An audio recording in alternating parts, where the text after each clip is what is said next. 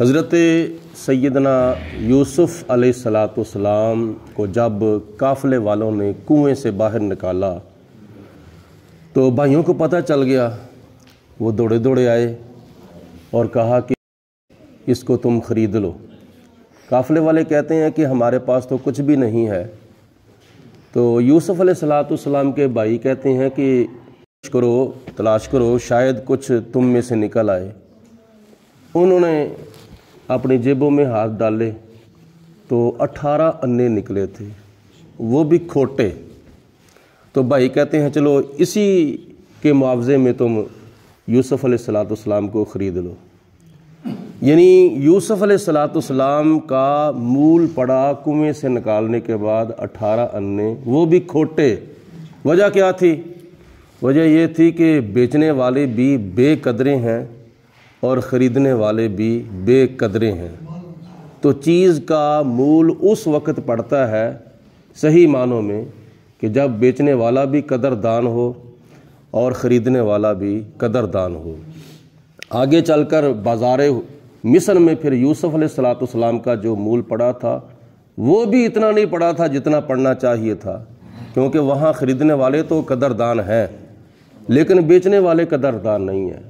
ہمارے بزرگوں نے لکھا ہے کہ یوسف علیہ السلام کی قیمت کا اس وقت پتہ چلنا تھا جب خریدنے والی ہوتی زلیخا اور بیچنے والے ہوتے یعقوب علیہ السلام، تو پھر پتہ چلنا تھا یوسف علیہ السلام کی قیمت کیا پڑتی ہے۔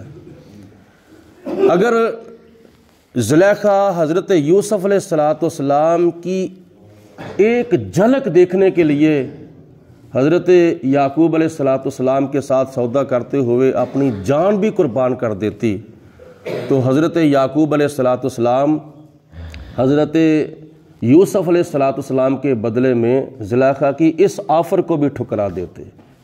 بات کرنے کا مطلب یہ ہے کہ چیز کی قدر کی، چیز کی قیمت کا پتہ اس وقت چلتا ہے کہ جب بیچنے والا بھی قدردان ہو اور خریدنے والا بھی قدردان ہو۔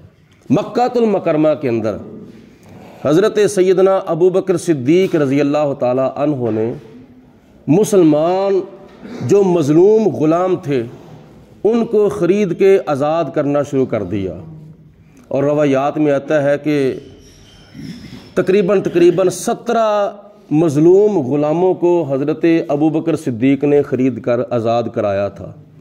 تو آپ کے باپ جو تھے نا ابو قحافہ، جو ابھی مسلمان نہیں ہوئے تھے، وہ فتح مکہ کے موقع پر مسلمان ہوئے تھے۔ باپ ابو قحافہ نے کہا کہ ابو بکر اگر تم یہ کام کرتے ہو، مظلوموں کی مدد کرتے ہو اور غلاموں کو آزاد کراتے ہو تو طاقتور غلام جو ہے نا ان کو آزاد کرایا کرو، کمزوروں کو نہ آزاد کرایا کرو، یعنی بوڑھوں کو آزاد نہ کرایا کرو، جوانوں کو آزاد کرایا کرو۔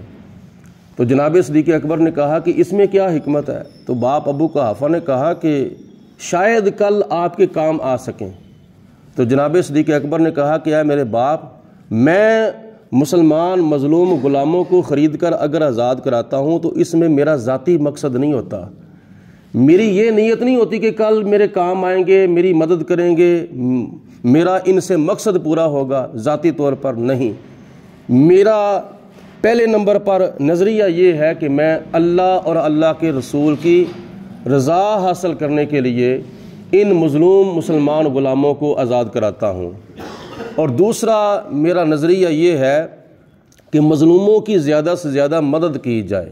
میں تو مظلوموں کی مدد کرنے کی نیت سے اور اللہ کی رضا حاصل کرنے کے لیے میں مظلوم مسلمان غلاموں کو خرید کر آزاد کراتا ہوں۔ ان 17 مظلوم غلاموں میں سے سر فہرست ہیں حضرت بلال حبشی رضی اللہ تعالیٰ عنہ۔ حضرت بلال حبشی رضی اللہ تعالیٰ عنہ کو حضرت صدیق اکبر نے جب خریدا، ادھر خریدنے والا تو قدردان ہے لیکن بیچنے والا قدردان نہیں ہے۔ حضرت ابو بکر صدیق نے پوچھا کہ اے امیہ نامی کافر، اس کو تو کیوں مارتا ہے؟ تو اس نے کہا کہ یہ غلام میرا ہے، کلمہ مسلمانوں کے نبی کا پڑھتا ہے اور بات بات پہ یہی کہتا ہے اللہ احد ورسولہ احمد، اللہ ایک ہے اور احمد اس کا رسول ہے، تو مجھ سے یہ گوارا نہیں ہوتا۔ تو اس نے پھر آگے سے کہا کہ اگر تجھے اس کے ساتھ ہمدردی ہے تو اس کو خرید کے آزاد کرا دے۔ تو جناب صدیق اکبر نے پوچھا کہ اس کی کیا قیمت ہے؟ اس نے کہا کہ میں تو اس کی منہ مانگی قیمت لوں گا۔ تو جناب صدیق اکبر نے فرمایا کہ کیا قیمت ہے؟ اس کی اتنی قیمت ہے، غلام کے بدلے غلام بھی لوں گا اور 4000 درہم و دینار بھی لوں گا۔ آپ نے غلام کے بدلے غلام بھی دے دیا، 4000 درہم و دینار بھی دے دیے، اور خرید کر جب وہ نبی پاک علیہ الصلوۃ والسلام کی بارگاہ میں حاضر ہوئے، عرض کی یا رسول اللہ، خریدا ہوا بھی آپ کا غلام حاضر ہے اور خریدنے والا بھی آپ کا غلام حاضر ہے، تو حضور رسول اللہ اس کو قبول فرمائیں۔ تو نبی کریم علیہ الصلوۃ والسلام نے یہ ارشاد فرمایا تھا کہ میرے بلال کے اوپر بڑا ظلم ہو رہا ہے کوئی اس کو خرید کر آزاد کرانے والا؟ تو جناب صدیق اکبر رضی اللہ تعالیٰ عنہ نے عرض کی یا رسول اللہ، میں اس کو خرید کر آزاد کروں گا۔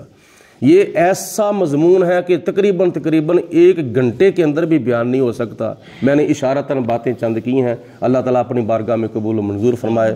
وآخر دعوانا الحمدللہ رب العالمین۔ صلاۃ و سلام علیک یا سیدی یا رسول اللہ وعلی آلک و صحابک یا سیدی یا حبیب اللہ۔ الصلاۃ والسلام علیک یا رحمۃ للعالمین وعلی آلک و صحابک یا راحت العاشقین۔ اللہم صلی علی سیدنا و مولانا محمد المعدن الجود والکرم وآلہ و صحابہ وبارک وسلم۔ اللہم ربنا ظلمنا انفسنا وإن لم تغفر لنا وترحمنا لنکونن من الخاسرین۔